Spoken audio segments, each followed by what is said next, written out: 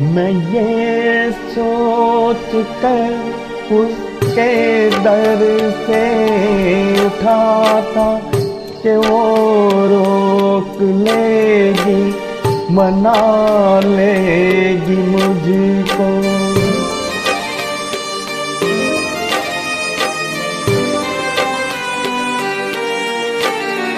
हवाओं में लहराता आता था दामन के दामन पकड़ कर बिठा लेगी मुझको।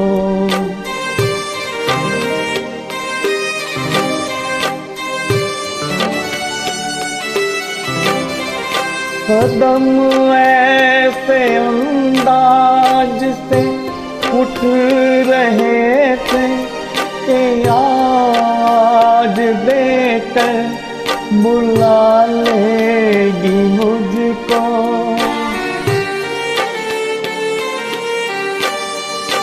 मगर उसने रोका न उसने मनाया, न दामन ही पकड़ा न मुझको बिठाया, न आवाज ही दी न वापस बुलाया।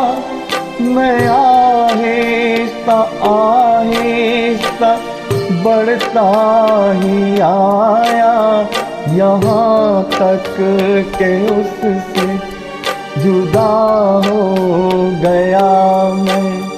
यहाँ तक के उससे जुदा हो गया मैं, जुदा हो गया मैं, जुदा हो गया मैं, जुदा हो गया।